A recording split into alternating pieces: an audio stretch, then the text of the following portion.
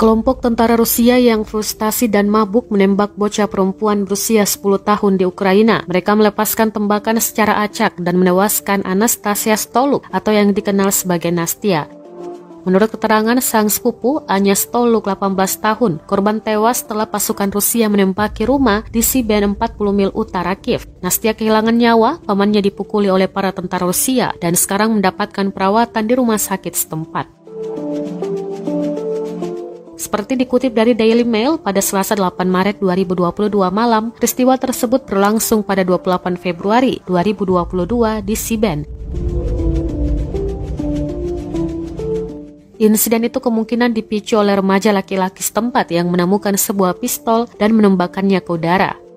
Alhasil, para tentara Rusia mulai menembak kemanapun bisa melihat mengenai 4 rumah dan 1 diantaranya milik Nastia. Tentara Rusia menolak untuk mengizinkan Ipluba pergi ke tempat pemakaman sehingga jenazah dimakamkan di halaman.